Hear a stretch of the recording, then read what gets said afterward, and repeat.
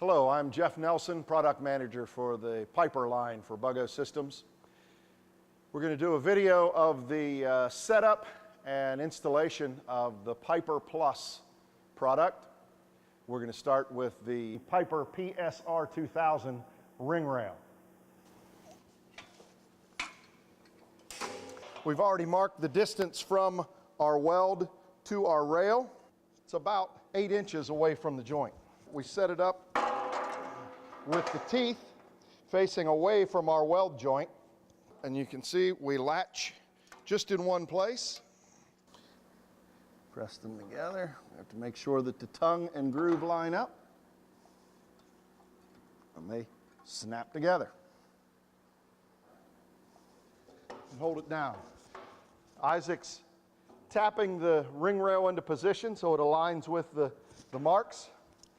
Then we take a standard hex key, tighten the rail onto the pipe. This is done for an initial setup. Once this adjustment has been made, it doesn't have to be done each time. The ring rail itself can snap on and off without making these adjustments. And now the ring's sturdily in place. Next, we're going to put the tractor, the Piper itself, on the rail. On the bottom side of the carriage are the standoffs. They allow us to locate the carriage on the rail easily. There's the sliding mechanism that latches the wheels onto the edges of the rail.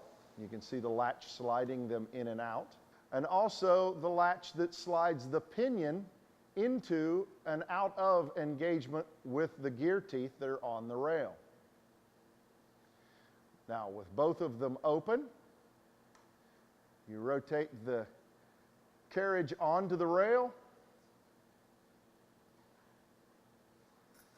close the wheel latch first to make sure that it's properly engaged, and you can see that it can slide in position, and then we close the latch to engage the pinion.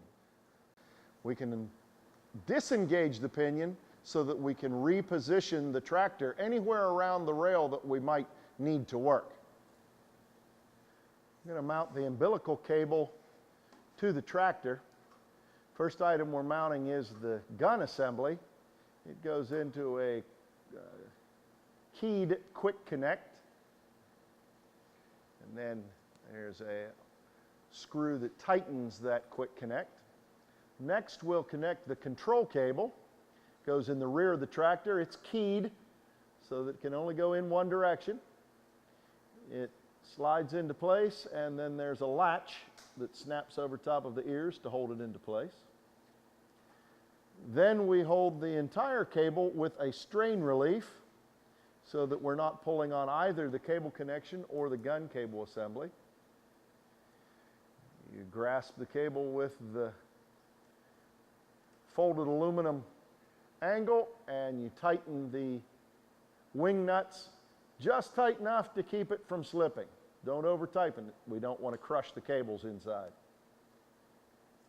For detailed information regarding connection of cables and hoses to the Piper Plus control box and the welding power source, along with information regarding connections to the wire feeder and the initial installation of welding wire and shielding gas, please refer to the Piper Plus Quick Start tech sheet supplied with the system. After the tractor has been mounted to the rail, we need to move the welding gun into position so that we're ready to weld. The top row of switches on the operator pendant provide us the ability to jog the various axes of the tractor. The first switch allows us to slide the gun up and down. Pushing down on the switch drives the gun towards the workpiece. Pushing up on the switch drives the gun away from the workpiece. Depending on your weld process, you'll set that distance at somewhere around 1/2 to 3/4 of an inch. The next switch is our wire feed. This will jog our wire towards the workpiece. Again, pushing down on the switch allows us to go toward the workpiece. Pushing up on the switch pulls the wire away from the workpiece. Our next switch is our jog for our weaver. If we hold down on this switch, the oscillator will move as programmed. You can see we're a little to the left side of our joint, so we use our steering knob to change the position left and right. Again, checking the position of between the weaver and our steering knob. We get it located where we'd like. Now we like our weave position. Now we move our tractor. Our last switch allows us to jog the tractor around the pipe. You can see going forward it goes at a very slow speed for about 5 seconds and then goes to full speed afterwards.